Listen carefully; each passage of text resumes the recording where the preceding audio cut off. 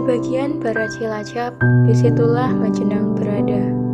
Di Majenang, Islam menorehkan sejarahnya, salah satunya melalui Pondok Pesantren Pembangunan Miftahul Huda. Pesantren yang akrab disebut dengan Pesantren Cigaru ini terletak di Dusun Cigaru, Desa Cibenying, Kecamatan Majenang, Cilacap, Jawa Tengah.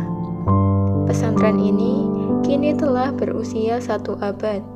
Dalam sejarahnya, Cigaru adalah rawa yang dijadikan kampung oleh Kiai Haji Abdul Majid, ulama asal Klangon, Kebumen.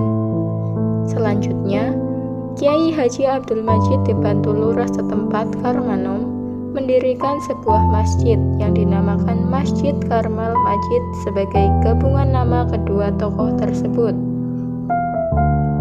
Sekitar tahun 1920, para pemuda dari kampung halaman Kiai berdatangan untuk menimba ilmu.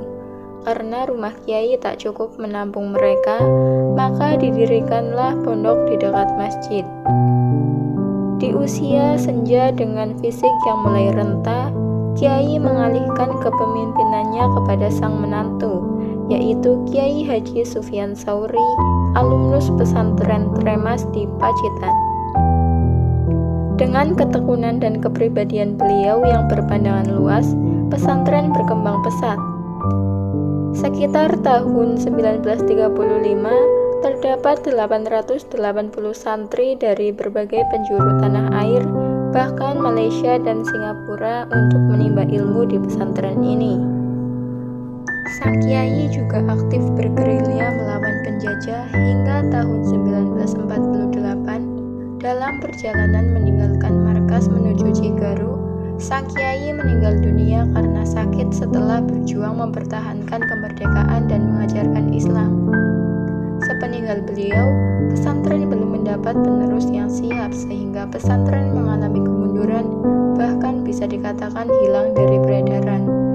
Namun, mulai tahun 1963, putra sulungnya yang bernama Kiai Jarir bersama menantu Kiai Haji Abdul Majid yang lain yaitu Kiai Haji Salamun membangkitkan kembali pesantren seperti sedia kala.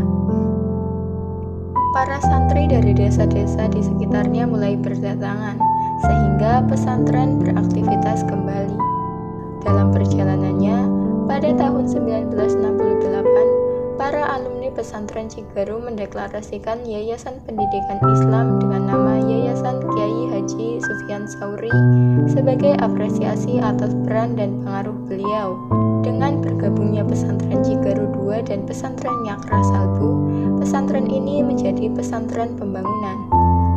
Hingga kini, yayasan berhasil menaungi berbagai institusi pendidikan, baik formal maupun informal. Untuk pendidikan formal, mulai dari tingkat dini, tingkat dasar, hingga tingkat